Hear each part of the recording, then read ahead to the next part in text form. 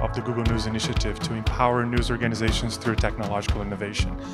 The Google News Lab is a team that works with journalists and entrepreneurs around the world to drive innovation in the news industry. Welcome, everyone. Welcome. So maybe we should start because we have another session starting right after this. So just get your seats, feel comfortable. This is the session in English about Google tools for journalists. So welcome. I also welcome folks who are joining us virtually today. For those of you who are joining us virtually, I am Marco. I am wearing a blue shirt and red trousers. I also have a beard. I am Brazilian, so I'm based in Brazil, in São Paulo, and I often come to these conferences, and I work at Google. I work at the Google News Lab, and I am the Google News Lab lead in Brazil. So if there's anything that you don't understand, because English is my second language, just please raise your hand, and I'll try to say it another way. I'm going to give you a gentle introduction to some tools that we can use for journalism, some tools that we have at Google that can be used for journalism. And then if we have the time, and hopefully we will, I will have a hands-on session with you guys about creating your first machine learning model using an amazing tool from Google called Teachable Machine.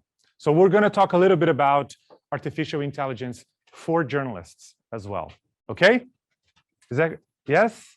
All right. I'm getting lots of head nods, so I'm going to carry on. And if you have any questions, feel free to ask in the chat as well for those who are joining us virtually. So let's get started. I work at the News Lab, and we have this initiative at Google called the Google News Initiative, which is a major company effort to help journalism thrive in the digital age. If you're interested, g.co/news initiative to hear more about it. We also have a training center that we built specially for journalists. So everything that we're going to talk about here today, you don't have to memorize, okay? You can eat, you can relax, you can just watch the presentation, it's fine. Everything is in here, g.co/news training. This is a special website that we created for journalists with downloadable lessons, with modules, PDFs, absolutely everything that we're going to talk about here today, you can see it on the training center. I'm going to give you another opportunity to look at the link towards the end of the presentation. And if you have any questions, just feel free to raise your hand and ask away. All right, so gentle introduction. I'm going to talk about a few tools, and then we're going to talk about machine learning. Hopefully, you will learn a few tricks today. Most certainly, some of the things I'm going to talk about here today, you probably already know, but then we're going to emphasize, and if you have any doubts, we can have a conversation. So let's start with search, the most basic Google tool that we have. Search started in '98, and search used to be, hold on, let me do this. All right, and close this. Okay, so search was launched in '98, and it really was like a blank page with 10 blue links. Do you guys remember that? Were you around when Google was just like starting? And we even had an exclamation point on our logo and a beta word. We were way more excited about the name of the company back then. And search has actually changed a lot. It changed a lot because it went mobile. It changed a lot because people started using their voices, but also changed because of richer results, right? Not only 10 blue links, but because of structured data on websites, we're now able to build panels like this with news carousels or knowledge panels where the search experience is way more richer than before. And there is a way to add this information on your website so that the search engines, not only Google, but Bing, Yandex, Yahoo, etc., they can also build panels like this. There is an interesting sentence from Larry Page, one of Google founders, when he was idealizing the best search engine. He used to say that the perfect search engine should understand exactly what you mean and give you back exactly what you want. And this is a very hard problem, because if you're searching for Apple, it might be Apple the company that produces iPhone, but it might be Apple the fruit, or it might be even Apple Records that recorded the Beatles discography. So understanding what you want is a really tough challenge. But there are ways for us to indicate to Google what we want and help refine our search experience. So for the next few minutes, I'm going to give you some search refinement operators that I'm sure some you will know, but I'm sure some you won't as well. Those operators can be accessed when you go to google.com, and then on the right lower corner, there is a settings option. You click on it, and there's advanced search, and then you find a form, and all of these operators are there. But let's start with, for example, if you're searching for the speed of a Jaguar, but Jaguar what? Google will try to understand that. Maybe it's Jaguar the cat, and we'll give you the speed of that. But maybe you don't mean the cat, you mean the car. So there is a way for us to exclude words from search requests, and you can just use the minus operator. So you type in Jaguar speed minus cat, and the minus operator will exclude words from your search, and voila, it will give you the speed of a Jaguar car if you exclude the word cat. So that's the minus operator. We can also use Google as a search tool to search on a specific website. You know, when websites have search engines, but their search engines normally they're not that great, you can actually use Google's algorithm to search for specific websites. And the way you do that, you just use the site, and then colon, and then the address of the site, and then the search parameters. So here's an example. You can search for antibody test, but just on the site of the World Health Organization. See that when we use this, all of the links searched here, they will be from that specific website. So you can actually use Google as a search engine for any website. Any website, even Instagram, for example. You can search for the Pepper Warrior hedgehog in Instagram and get listed on your desktop in your search experience and find videos of this amazing warrior. We can also use the site parameter to actually not only look into websites, but domains. Think about government domains or country-specific domains or educational domains. You can actually search within that range of websites. If you don't use the full URL or the full domain, you just use the domain extension of a website. So in this case, we're searching for Boris Johnson and then side colon .co.uk. So we'll only search for Boris Johnson on websites that have a .co.uk domain, any website. And here is what it looks like, .co.uk. So you can use like a slice of the domain as well.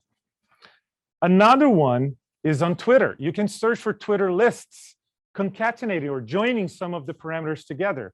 So here we have site, twitter.com/ and then we have what we call a wildcard or an asterisk. If you put an asterisk in search will try to replace that with anything. So that's the indication of please put here anything. So it can be twitter.com/ any username /lists. So what you're asking Google is to say, give me the lists of any user on Twitter that also has the words alt-right. So you're effectively searching for lists that users built with the keywords alt-right. So that's Nice trick. You can also expand your sources. You can use a neat parameter called related. So imagine you're doing research about local journalism, or you're trying to find sites about web motors or cinema or anything, or health or transportation. You already have a group of websites that you want to use, but you want to find more websites. So you're going to ask Google, I know this website. Can you show me other websites that looks like this? So the parameter related does that. And you can see here in action. Another one, which is really good as well, is, when you're trying to find a website and the website either changed or got deleted, like a blog or a post, or something, I swear it was here, or the website is down, Google caches the websites. So you can use the parameter cache to look for the last cached version that was visible to Google, and you can track whether or not that the website was changed since the last time that Google saw it. And there are certain use cases where this might be useful. So for example, we can use cache and then a specific URL to track if there were changes to that website. And here we can see, for example, on the CDC website, we see that the cached version of Google showed like the February 29th version, and the live version of the website is March 3rd. So you can compare what changes were actually made and then confirm your. Did you get a choice of how far back? That's an excellent question, because it's the perfect segue into this slide. So if you wanna go through a timeline of like versions of the website and say, no, I want to see what was published last week or last month, then use archive.org, which is an amazing project, not maintained by Google, but it's an amazing project that archives the whole web. And you can search. I mean, I have yet to find a website that I can't find on archive.org. Even websites that go as far as 2002, 2003, and you can find versions all around the world. And you see a nice visualization of how many captures archive.org has have made of the websites here. So use archive.org if you want to see versions of websites, and they go, it's incredible. You can also use Google to search not only for web pages, but for files. Say you're looking for a PDF file, or you're looking for a spreadsheet, or a PowerPoint presentation. You can, instead of looking for web pages, you can search for files, and the operator is file type. So if you type file type and then colon, and then the extension of the file that you're looking for, be it MP3, WAV, PPT, etc., and then the keyword, then you will find files that have that keyword. So let's, this is a fun example. And I'm going to add another operator here. So imagine that we want to find PDF files on the CIA website that have the word secret on their title. So you can search for in title secret, which means we're looking only for the title of the document or the title of the page, file type PDF, and then site, CIA.gov. So translating to English is, please give me PDF files that have the word secret in their titles on the CIA website. And then Google will list at least 3 files on the CIA website, PDFs with the secret on their titles, which is, you never know what you're going to find. Many years ago, I've heard of an example of a journalist who was trying to find, what files on a website, and he actually got files that were not supposed to be indexed because he was trying to find spreadsheets and things like that. So you never know what you're going to find. You never know what people put up on the web. So it's for investigative purposes, it's a nice trick. You can also find CSV files or spreadsheet files. So in this case, expenses. If we just type expenses on Google, we will get like a definition of expenses. This is like the normal search experience. But when we add the file type operator, this is what we find, right? So we have files that are going to be pointed to you straight to download. And in this case, those types are CSV. For those of you who don't know what a CSV is, it's a comma separated value file. It's just like a spreadsheet, but it's in an open format. Okay, everything that I said is in this slide. So minus to exclude words, cite to point Google to a specific website or a specific domain, right, in a specific country. You can also search for related websites. You can use the cached version of the website, or you can also search for data sets or spreadsheets. And remember, everything is in our training center as well. So don't worry about having to digest all of that information, because I know it's a lot. You can also, we've been talking about searching by text, but we can search by images. So if you have an image on your hands and you want to search, use that image as your input to search, you can do that. And why would you do that? In journalism, we have to do that because we verify images, right? So if you go to images.google.com, you can paste the URL of an image, or you can send an image from your computer or your cell phone. But if you load Google Images on your cell phone, you have to request a desktop website so that you can see this camera here. And once you do that, so for example, there was a tweet, I guess like 4 years ago, 3 years ago, saying that this is a protester in Hong Kong returning tear gas with a tennis racket on Twitter. And if you're using Chrome, you could just right-click on that image and search Google with this image. And then you would find out that this is actually an image from 2016. So not from 2019, which is when this tweet happened. So the image search, which we call the reverse search image, is a good trick for verification. If you get those images, you see like visually similar images, you see where the image was posted first, because Google indexes those images and can identify similarities and whether or not the image was photoshopped, was doctored, etc. So it's a very powerful tool for verification purposes. We also have a dataset search. If you go to g.co/dataset search, you will find a search tool, but not for websites, but actually for data sets. So if you're a data journalist, or if you're using data to strengthen your research, you can find data that is published here by international organizations like the World Bank, like universities, like NGOs in the United States, Kaggle, which is a massive repository of data sets. And you can see the data set, when it was published, the kind of license that it has, the last time it was updated. So it's a very, very smooth experience to search only for data sets, if data sets what you're looking for. We also have finance, so google.com/finance, where you can search for finance data and list of the companies and all information about indices and listed companies, and you can explore that. And we also have Google Scholar.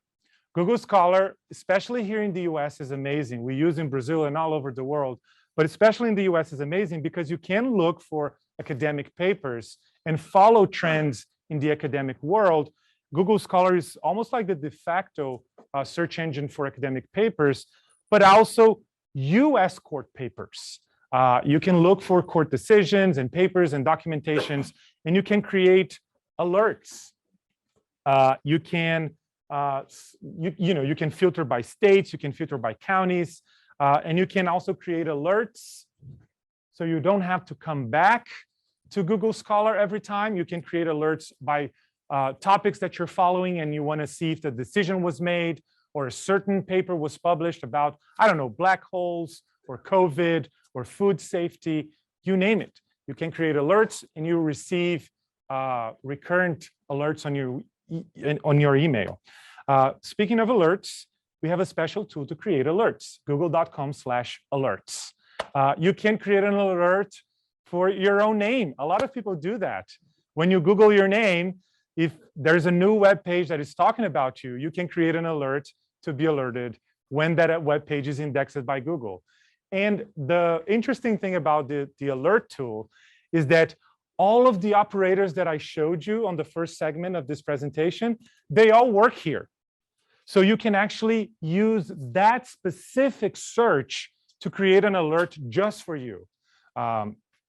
In this case, I'm using the Untitled Secret and the government websites in the UK and the file type PDF.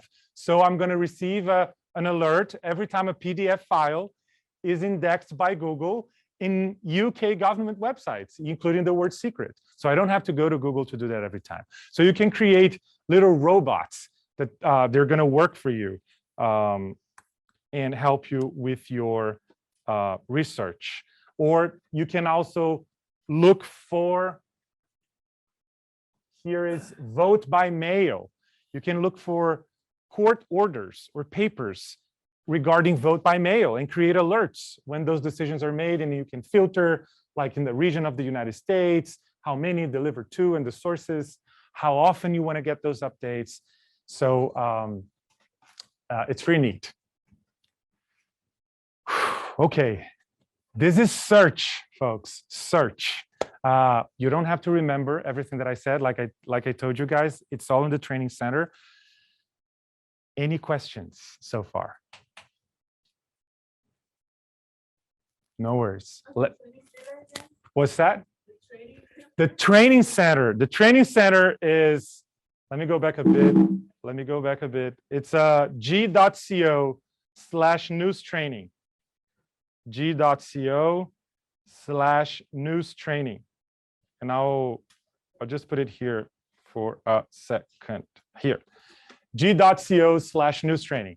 That's a training center. And it has in all kinds of languages too. I think 20 languages, I think. So you should find a language that you are comfortable with. All right, so that's search. There's way more things to talk about search, but let's shift gears a bit because I wanted to give a few examples about Google Earth. We have a new version of Google Earth that came out about 2 years ago, and it's beautiful, it's slick, it's much better than the older one. And I wanted to give you an opportunity to take a quick look of the things that you can do as a journalist or as a visual storyteller, because the tools that were built into Google Earth now are really special and will help you tell stories with maps in a beautiful way.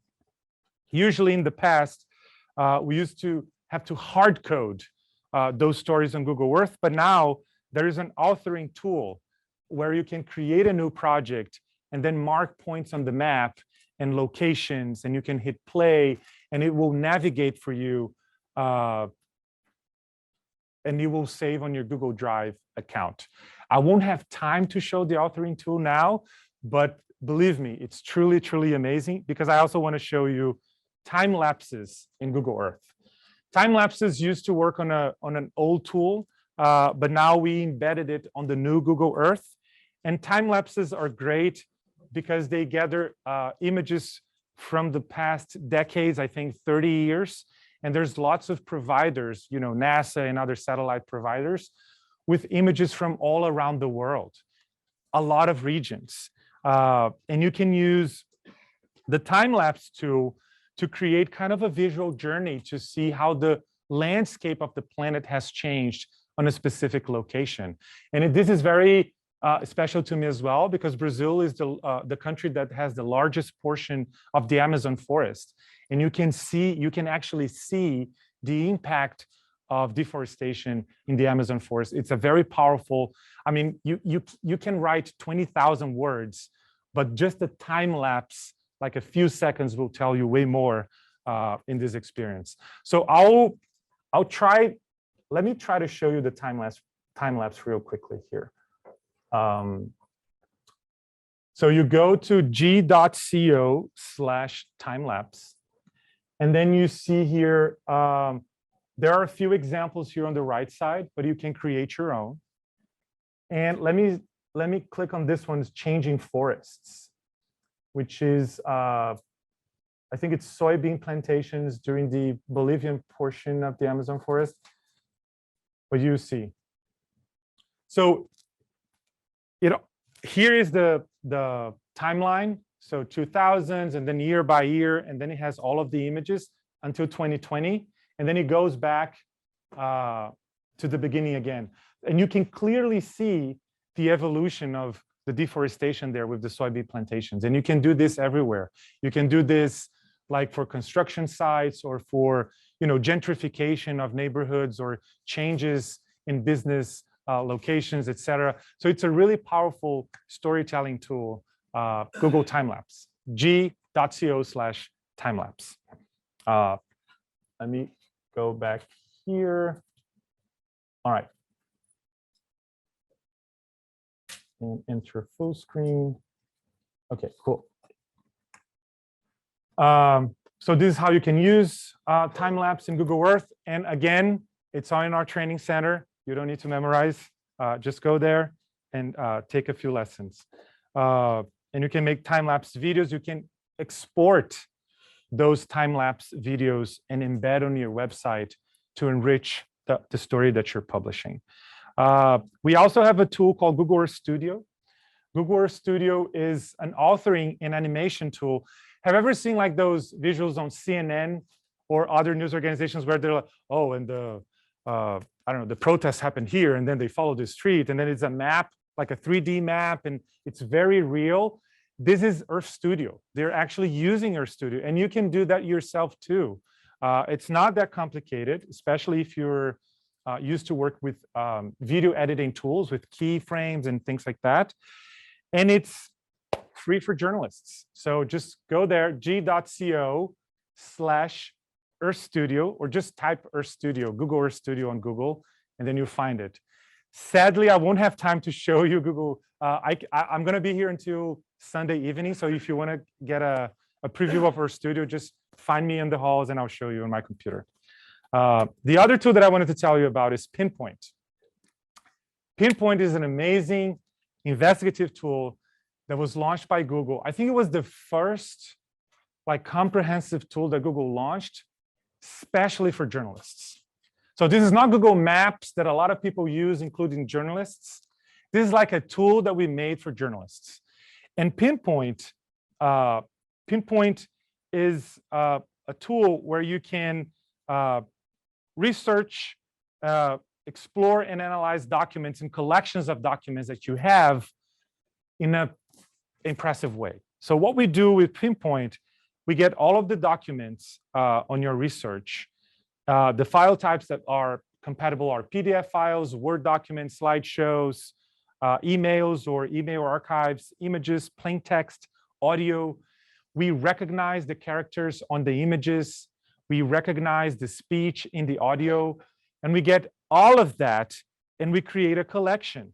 And in that collection, we automatically identify, using Google's knowledge graph, we identify people, so the names of people in all of those documents and images and audio files, all of the businesses, names of companies, and all of the locations. So if there is a location, say, a specific address that is in a court order or a document or a police report, we automatically identify those. And then if this is mentioned in an audio, someone said it, and you click on that location, we will list that, oh, it's mentioned here in this document, but also here in this interview. So it's a place for you to really go deep into the entities, places, and locations that are mentioned into thousands of documents during your investigation. And you can ask people to collaborate as well. You can share those collections with your folks, and it's free for everyone. So it is free, but there is a caveat. So all of the document policies that apply to Google Drive, they also apply to Pinpoint. So if you have sensitive information, if you have documents that should not be accessed by anyone, not even if there is a court order, then you should not use Pinpoint. But if you're using like open documents and like open data or documents that don't apply to these cases, by all means, use Pinpoint because it is very powerful. And we actually have, Jeremy, do you want to? Oh, sure. I can just very briefly, while working at the Washington Post, we were very closely working on Pinpoint. This tool is really amazing. The mistake we made initially was thinking that this tool was a tool for our data journalists. It's really a tool that makes anyone who's not a data journalist a data journalist. I can't more strongly endorse it. The thing that we did that, to me, exemplified how the system works so incredibly is we took all of the Mueller report documents, all of them, court filings, public reports, everything. And then we dropped it in Pinpoint. And during the Mueller hearings, our reporters who are not used to working with large document sets don't make their own queries, just did free text search on those documents. And we were able to append all kinds of incredible information in our reporting that we wouldn't have been able to find on deadline otherwise. There's a ton of great information in there. It's pretty easy to start adding, and then you essentially create your own data commons. And your reporters can find different data sets that other reporters shared. So that's all great too. The other thing that I want to tell you about, and I do have flyers afterwards. For those of you who are in the US or Canada, thanks to some incredible support from GNI, we have money. What is GNI, Jeremy? The Google News Initiative, sorry. Thanks to the Google News Initiative, Northwestern is running a program to give grants between about $10,000 and $100,000 to support projects that include reporting on documents or data. There are very few restrictions, right? And the Policy Center does incredible work. We are more flexible in our program than that program. So you can get money to help acquire technology, to get training, to hire someone to backfill for the job while your reporter is doing a data-oriented project. So there are a lot of things that the reason I really want to talk to you is the deadline for the first round at least is Friday, next Friday. So come see me if you're interested. Thank you very much. Incredible program. Thanks, Jeremy. All right, like I said, everything is in g.co/news training. So you can go there and look for it. But I wanted to shift gears a little bit and talk about artificial intelligence, because there are ways for journalists to use artificial intelligence on their reporting. And I wanted to give you maybe some examples, but also I wanted to give you a little taste. So if you have your computer with you, just take your computer, because we're going to do some exercises together. Hopefully, we'll have time to do it. This is a sample of the Introduction to Machine Learning lesson that we have on our training center. And it was done with in partnership with the London School of Economics that run the Journalism AI program. But there are lots of things there that were made for journalists to understand machine learning.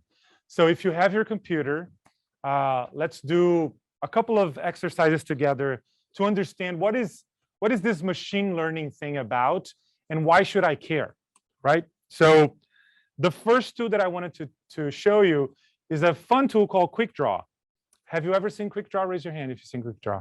All right, you've seen it. Don't tell anyone about it. All right, g.co/Quick Draw. So let's go to Quick Draw real quick. Quick Draw is a game, and it is a game in which you are going to get a prompt to draw something, like draw a grapes or a car.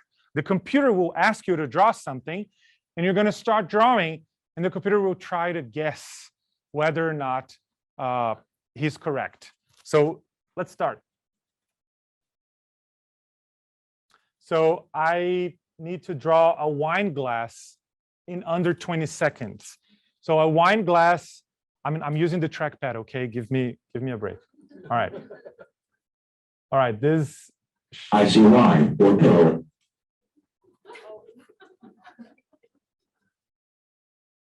Okay, he got it. It was a mouth. Okay. Not lips, a mouth. I see ocean or wine or brunette. All right. All right. Birthday cake. So this is easy, N. I think. All right. Lipstick. I see bench or line or keyboard or pool. I see belt or marker. No. I mean, what else can I do? I don't know. I Slipping see bow back. tie. No. All right, next. Peace. peace, just peace. Heavy or golf club or circle or animal. Animal migration. All right, camouflage, no, peace. How do you write, how do you draw peace? I don't know, next. All right, and last one, eraser. An eraser. Oh, I see line or golf club or note. I don't know. I don't know. All right. Erase. See, it was almost like that. All right. So Sorry, I couldn't get it. I know. So what happened here? This was an experiment by Google. We asked folks from around the world to draw things, right? So let me go back here a little bit. We asked folks from around the world to draw things. And then people from different cultures, different countries, we asked them, oh, okay, so write an arm. Not write, draw an arm. And then people drew arms, right? And then we got all of that data that we knew were arms. And then we trained a model to guess what an arm would look like when someone was drawing on the internet. So that's basically what this experiment is about. Getting lots of examples, lots of images that we know that they are something. Then we put in the middle of a model, a machine learning model. And then when we bring in a new image, the model tries to guess which image is that. And this is the backstage, so to speak. And you can see all of the images here. Like this image is from 2017 in Poland. You can, I mean, it's a huge data sets of drawings, and it's feeding into this tool that tries to guess. Okay, so this was actually, congratulations, this was actually a primer on machine learning. We didn't talk about any technical terms, but this is actually how machine learning works on this specific task. So let me go back to the presentation here. And here, yeah. Okay. Full screen. So let me very quickly talk about some of the concepts of machine learning, and then I'll show you, because I have 6 minutes, I'll show you the last tool, and then we'll create a model together. So like I said, we had samples, like the images that people draw, and then we put those samples in a model, which is, it's statistics. So you put in an equation, and then they calculate it, and then you have guesses, right? New images come, they are applied to this model, and then it tries to guess based on the examples that you gave. So this is basically what machine learning does in this case. So machine learning is a subset of artificial intelligence. We're not going to talk about everything artificial intelligence. Even machine learning is a big of a field. We can't really talk about it like in completeness. So is it automation? Is it transcription? We use for transcription, we use for translation. This is not machine learning. So when you see code and rules, this is not machine learning. Machine learning can be used for recommendations. So when you see songs on your Spotify account, or hopefully your YouTube music account, you will see recommendations based on machine learning. You can use for forecasting or game strategy or even classification, which is what we just did, right? Classification in terms of like, this is an arm, this is a ball, we're classifying images, and then we're creating models to guess. So in terms of, we can also create crazy images like this one. This was created by a computer. Why is this so relevant? Raise your hand if you can find where the broken cookie is in this image.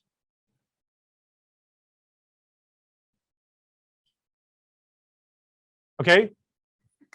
Second row. This row, this, this, it's not broken. Try again. Another one.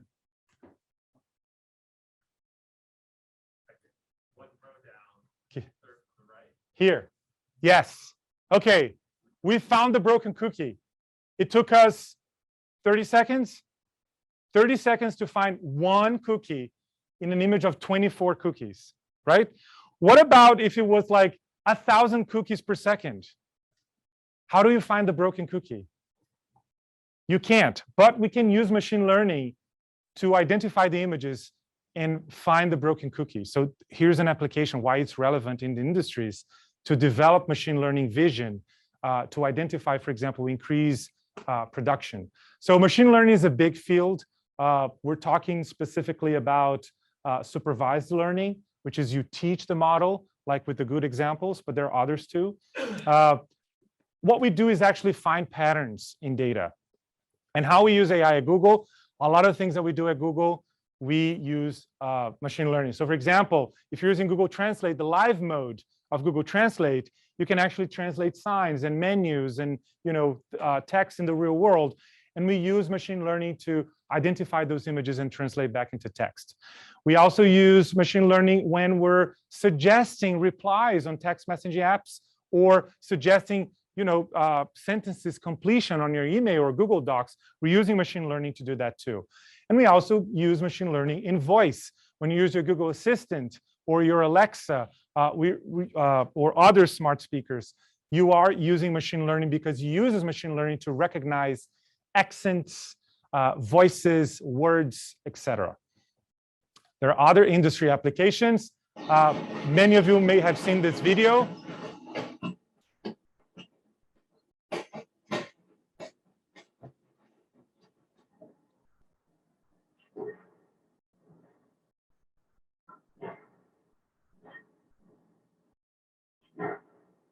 Or this one.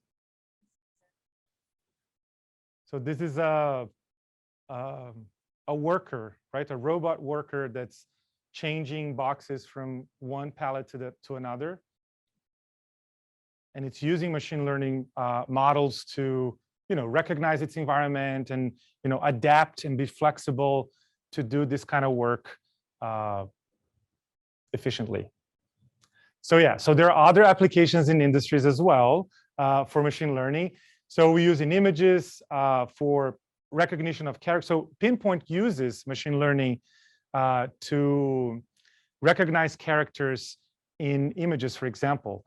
Natural language too, sentiment analysis. We can look for if people are angry or sad or happy on the way that they write, for example. We can do that on tweets.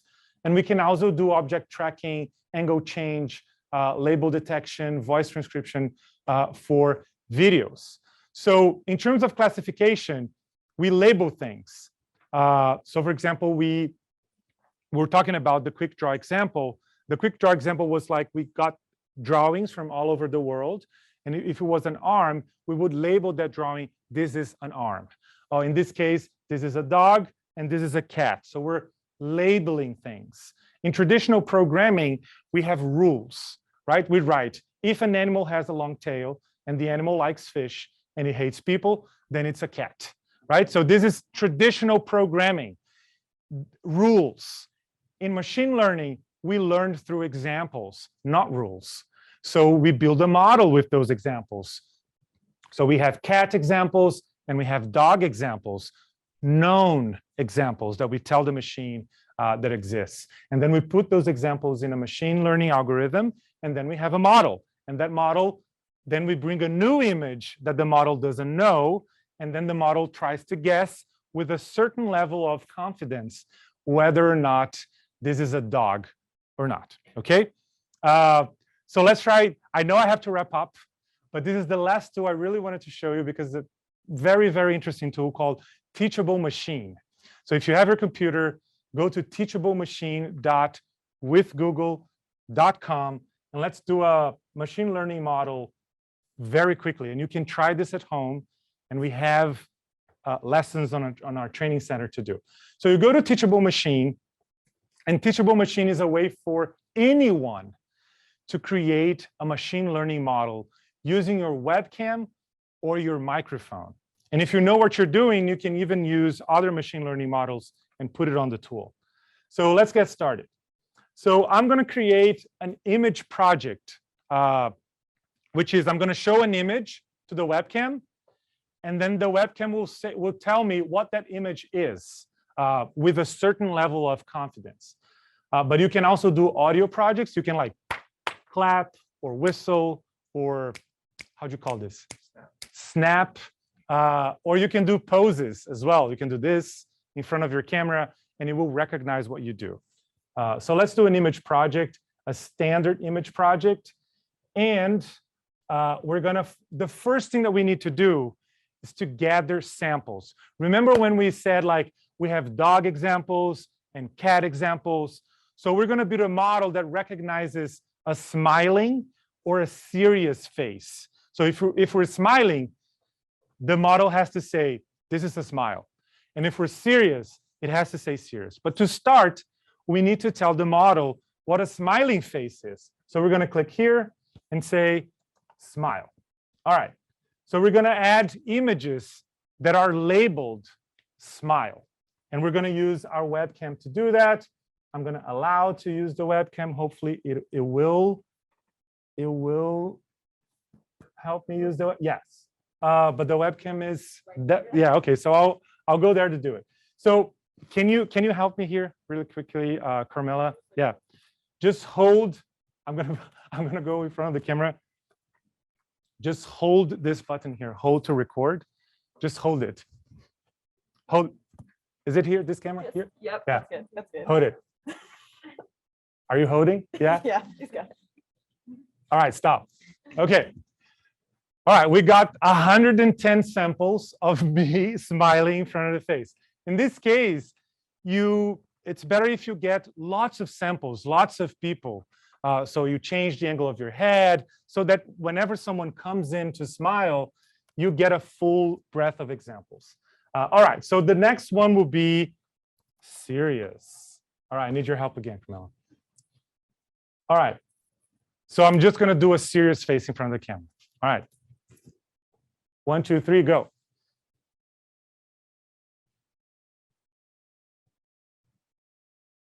All right, good, thanks. And now that we have the two, but we can add more examples too if you want. I'm just going to do the two ones. We're going to click train model, and then it's going to prepare the data, consolidate all of the images. It doesn't take too long. We don't switch tabs or anything because everything is happening locally on the computer. And then it's going to build this model. And once we have the model, we can preview the model to test it. So right now it's saying that it's 100% confident that there is a serious face in front of the camera. But let's see if it changes.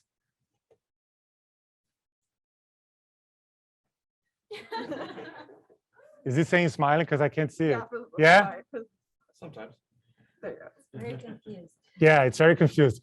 But you get the sense. So you can actually create, you can use your hands to point into other directions, up, down, etc. You can create instructions for the computer to react to things that happen in the real world. So for example, you could create an automatic door opener for your dog whenever your cameras see your dog, right? And then you can use this to create models too. This also showcases the importance of being thoughtful about the training models, because this is only trained on my face. But it's not only my face. It has to be the faces of older people, younger people, women, people of other cultures, etc. So it highlights the importance of when we're thinking about machine learning and using those techniques in journalism, that we're thoughtful about the approach as well. I know it was a lot. Thank you so much for your company today. If you have any doubts, come back. Just search for my name on Google. I'm happy to talk to you guys on Twitter or LinkedIn or any other platforms. See you around at the conference. Thank you.